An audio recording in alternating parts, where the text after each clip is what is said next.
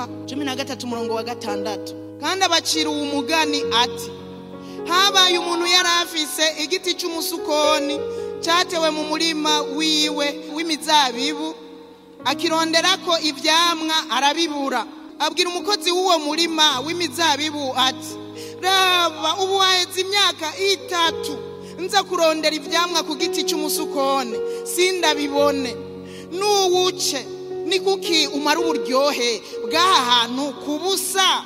Nawe aramwishura ati, ehe databuja, kireke ndakwinginze, kireke uwo mwaka nawo ndacorohereze ndagitabirire, hanyuma n'icyama isukoni bizoba ari vyiza, ariko nikitama uzogica. Abacira umugani, ariko kandi umugani ungana karibu.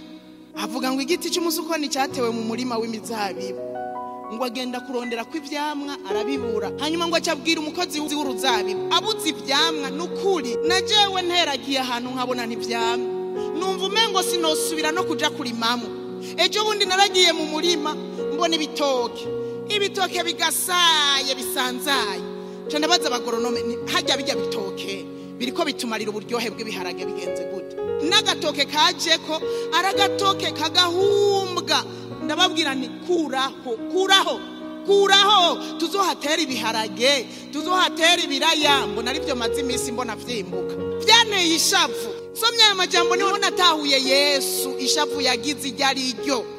Agiye munsi y'igiti akabura ivyamwa, niho natahuye uyu mugani yari karabacira. Arababwira ati, yagiye muri wo murima w'inzabibu abura ivyamwa. Aca arabwira umukozi ati, heraba haheze imyaka 3 inza mu murima w'iyi mizabibu nkabura. Wewe sinzi imyaka umaze, shobora kuba woshira kubusa ikaba 30 ubimazemwo, umurima uteye uri ngaho maze imyaka 3. Bisigura ngo nta vyitwazo minimum Yesu yavuze n'imyaka 3, nta vyitwazo ngumaze akanya gato. Ahandi ho nta n'imyaka yavuze. Aha nuko gusa yatomoye ngo haheze imyaka 3 inza kuraba iyo murima w'imizabibu nkabura inzabibu. Aca arabwira umukozi ati, mbega iyi mizabibu yoguma ngaho imara uburyohe bw'iyisi gute? Bice ubikureho. Haba umukozi mwiza w'umwinginzi, aca aravuga ati, databuja, basi ndeka gatoya nongere ndawutabirire irindi rimwe gusa. Yemwe bene data, hatabonetse abakozi babinginzi, abaranduka bo bargiye kuranduka. Aringinga ati, basi ndeka uyu mwaka umwe gusa nongere ntabirire, nongere ndawukorere, nongere ngire ico nkoze. Hanyuma niwaza rero inyuma y'uwo mwaka ukabona nta cyamusanzeko, nukuri urawuca, tuzoca tuyica iyi mizabibu, tuzoca tuyikuraho.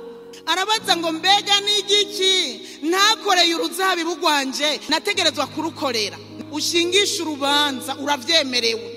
Icyo Yesu atagukoreye yategereza kugukorera kugira wame ivyamwa ukivuge.